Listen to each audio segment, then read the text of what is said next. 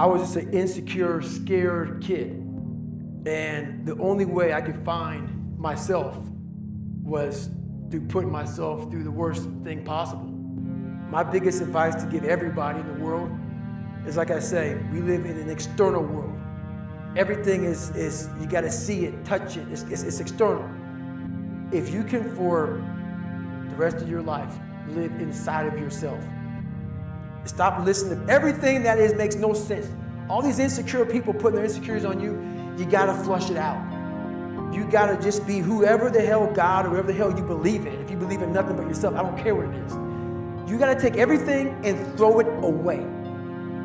You have to believe in one thing, and that is yourself. And I'm not saying don't believe in God or what you believe in, but right now, for you to find greatness in yourself, you're not gonna find it by looking in a book or by even hearing me. I may give you the spark, but you've got to go inside yourself to find it. And that means you gotta be quiet.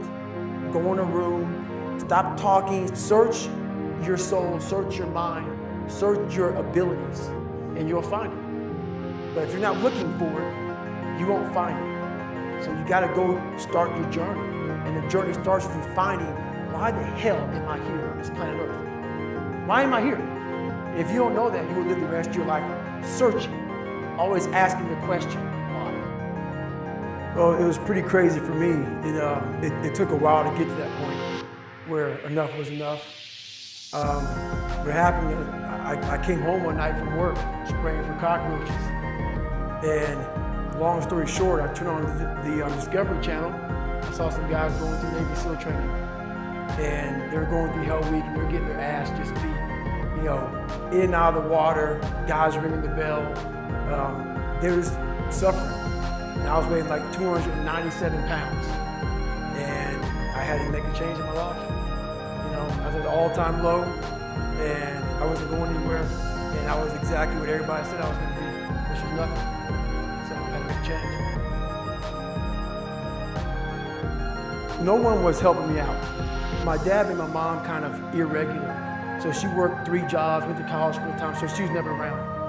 One time this person drew a picture of me and said, "We're gonna kill you, you're on my Spanish notebook."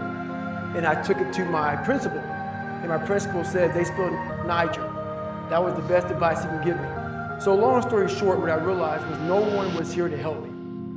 I started shaving my head when I was 16 years old. And the feeling I had every morning, I looked in the mirror, was horrible. And I didn't want to feel like that anymore. And how I felt was a kid going nowhere, a kid that was scared. And most kids will accept that and look for help. But the best thing that happened to me, no one helped me. No one felt sorry for me. No one looked at me and said, like this day and age, they'll take you in and they'll tell everybody, stop picking on this person. Back then, they didn't care. The KKK marched in our 4th of July parades. They had to stay 100 yards back, but they marched in it.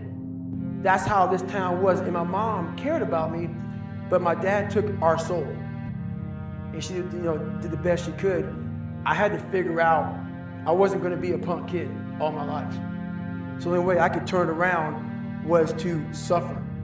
I had to build calluses in my brain the same way I built calluses on my hands. So I broke the Guinness Book of World Records for pull-ups a long time ago, but I failed at it twice. And I did 67,000 pull-ups in trying to break this record. So to do 4,030 pull-ups, I had to do 67,000 for training for that. And so what I realized is for me to become the man I wanted to become, I saw myself as the weakest person God ever created. But I never blamed God for anything he did to me. So I wanted to change that to be the hardest man ever created. Am I that? I don't know, but you had to have a goal. And my goal when I was sitting there, not going to school, being bullied, having no self-esteem, my goal was the only person that's gonna turn this person around is me. The only way I can turn it around is put myself through the worst things possible a human being can ever endure. And that'd be the only way that I can build this brain to handle anything that comes in front of it, callousing my mind through pain and suffering. But my biggest advice to him is that, first of all, he won't like what I say to him. Because I'm gonna say the exact opposite of what today's world is saying. So we read a bunch of books nowadays. As humans, we want to find out how to be someone else. What we don't do is we don't go inside. So literally turn yourself inside out. Read the book that says, like we're writing a book every day of our lives, but we never read that book. So what I would challenge this young man or young woman to do is you have to look inside of yourself and see what you really want. What are you passionate about? We use these words and these little phrases of only the strong survive and all this other crap. They're all just words. I get so tired of hearing people just talking. Like right now, someone may think Goggins is just talking.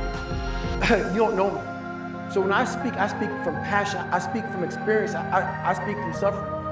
I have to tell this young man or woman that the only way I believe, this is my experience in life, the only way you're ever going to get to the other side of this journey is you have got to suffer to grow. To grow, you must suffer. And some people will get it and some people won't. But they have to see what their journey is to start their journey. Several people live to be 100 years old and they have great lives and they have great kids. Their kids go to college and all sorts of stuff. But somewhere in their life, there was a point where they had a decision to make. They can go left or right on this path. Left was the easy route. Right was the hard route. A lot of people take the easy route. And they had a good life that way, but the better life was going to the right side. And you may have 20 years of pain and suffering to get past it, but a lot of us die never truly starting our journey. And I would tell this young person, you gotta start your journey. It may suck, but it will come out the other side where you're coasting.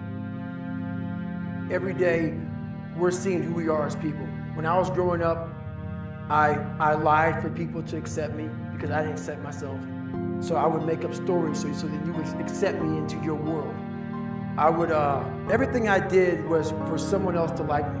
It wasn't until I started reading my own book about how pathetic I was as a human being. I could blame my dad, I could blame kids at school, I could blame having health issues, ADD, my mom not being around. Great mom, but she was doing her thing. I could blame a lot of people. And that's the book I was reading. And I put it off on everybody else. It wasn't until I said, you know what, for me to fix this, I gotta read what the fuck is wrong with David Goggins? Not blame anybody. Read my book, say, okay, I'm afraid of my shadow. How can I overcome that?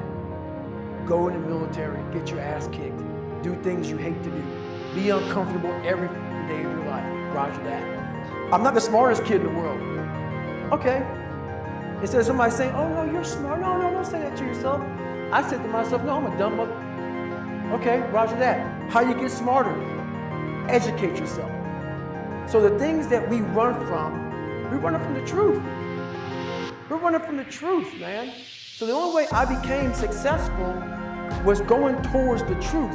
As painful and as brutal as it is, it changed me. It allowed me to become, in my own right, who I am today. So hopefully, I can help people that believe that they're much less than what they truly are. Help them find greatness in themselves. And greatness isn't running 200 miles at a time or doing 4,000 push-ups or being a SEAL. Greatness is whatever the hell you dreamed of in your own mind. You gotta first see it. You gotta first create this vision in your mind. And then that's when I come into play. Once you create this vision in your mind, it's how am I gonna get there now? And that's when I come into play. But first you gotta create your own vision. And it's not external. It's the vision created is inside of you. So until you create that, I'm nobody to you. I'm slowly writing a book right now. It's taking me 4 or 5 years because I have so many things to talk about. It's gonna be probably several books. But the first book will probably be about my life story, how I came up, and a few lessons learned along the way. But you know, I have so much to talk about, so much to say, just to give people a lot more than hope. So.